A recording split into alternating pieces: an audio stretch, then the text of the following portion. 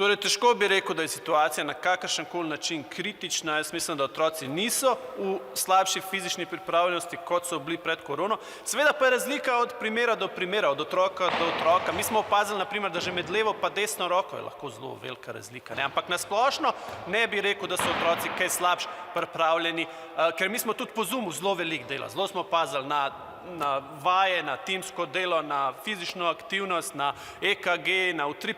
In meni so mogli moji učenci vsak dan poslati fotografijo čist prešvicane majice kot dokaz.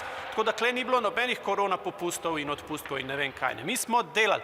Je pa res tukaj ena druga stvar. Jaz mislim, da so bolj mediji zagrabili to zgodbo in so jo napihnali, ker veste, v kakšnih cajtih živimo, rabimo zgodbe in ljudje na internetu pišejo marsikaj, samo da bi se to všečkali, da bi se to komentirali, da bi se to širili. Mogoče je nekje na neki šoli nek otrok, ki je trenutno v slabši fizični pripravljenosti, ampak pa se pa to kar posplošili na vse otroke, na vseh šolah, pa da zdaj ne znajo več niti, ne vem, žoge brcati, pa da ne zna veso v zgibi, pa da ne zna trojko z centra, ampak to so neumnosti, veste. To je samo eno pretiravanje, ki je nepotrebno, kar je potrebno, je treba priti na teren in si ogledati stanje in videti, da ni niti približno toliko hudo, kakor se okoli govori, ne.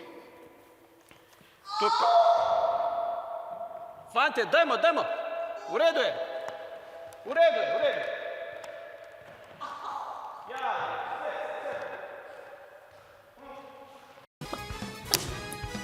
Vemo, kaj moramo narediti.